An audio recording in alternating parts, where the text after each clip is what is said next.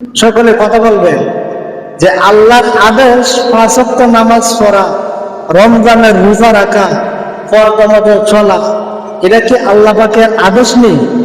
এটা আল্লাহর কথা নেই? কথা বলেন সবাই, কথা বলবেন। তাহলে আল্লাহ যে নিষেধ করছে যে তোমরা গুনাহ করিও না, গুনাহ বর্জন করো, তোমাদের নিজেদের জিন্দগিতে গুনার কাজ সব কি করো, ছেড়ে দাও, এবং আমি আল্লাহকে ওয়াত্তাকুল্লাহ, এবং আমি আল্লাহকে কি করো, বই করো।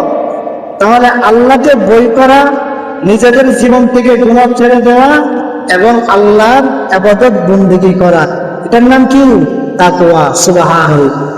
তাহলে আপনি দেখেন কত মানুষ, আমি দেখি সমাজের অনেক মানুষ কুরবানের আগে দিয়েও গরু কিনতে গিয়ে বাজারে, কুরবানের দিন জোহরের নামাজ পড়ি না, আসরের নামাজ পড়ি না, মাগরিবও গেল, আবার ঈদের দিন দেখি গরু জবাই করতে নিয়ে জোহর পর্যন্ত আমি কুরবানের হাড্ডি কাটতে কাটতে আমার আসরের নামাজ পর্যন্ত, আবার মাগরিব পর্যন্ত দেখি গোশত বন্টন করতে করতে, এই কুরবানি নিয়ে ব্যস্ত থাকতে থাকতে আমার গরু কিনা থেকে নিয়ে যে আমার 5 ওয়াক্ত নামাজ ছুটে গেল, পড়ছি না, পড়লাম না, এবং ঈদের দিনও গরু কুরবানির গরুর কাছে ব্যস্ততা থেকে যে আমি আসর জোহর মাগরিব এসব পড়লাম না।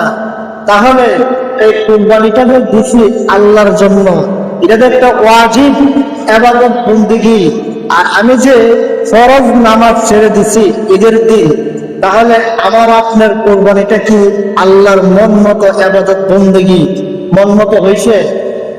সবাই আমার কথা বুঝেননি? হয়েছে? আপনি ফরজ ছেড়ে দিয়ে একটা ওয়াজিব আমল করলেন, আলহামদুলিল্লাহ।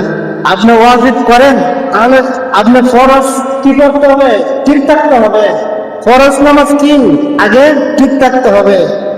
তাহলে দেখেন আমাদের সমাজে যে এমন ভাবে যে আমরা গুনাহ করি, আল্লাহ বলছে যে তুমি তাকওয়া অর্জন করো, তোমার কুরবানি কি হইব? কবুল হইব।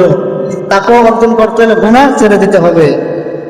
আমাদের সমাজে অনেকগুলা গুনাহ আছে, এটা যে গুনাহ কাজ আমরা নিজেরাও কি জানি না, আমাদের নিজেদের অন্তরে, দিলে, দেমাগে চিন্তা না